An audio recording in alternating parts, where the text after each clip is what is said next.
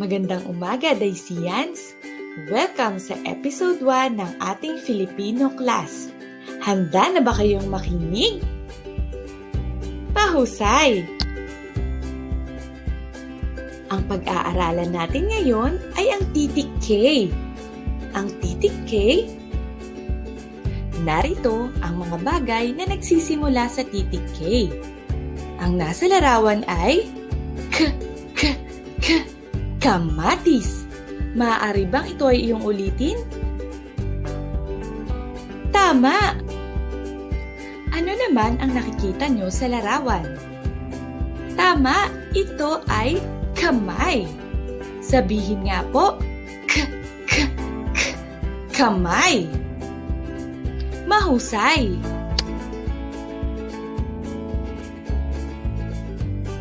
Ito naman ay tinatawag na kilay. Kilay. Maaari bang ito ay iyong ulitin? Mahusay. Ito naman ay kotse. Kotse. Maaari bang ito ay iyong ulitin? Tama. Ano naman ang nakikita nyo sa larawan? Tama, corona. Maaari bang sabihin mo? Corona. Tama.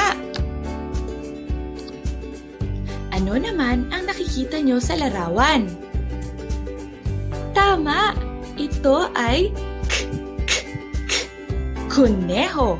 Maaari bang ito ay iyong ulitin? Mahusay. Ngayon ay babasahin natin ang titik K at ang kasama nitong mga patinig. Uulitin niyo lamang ang aking sasabihin. Ka, ke, ki, ko,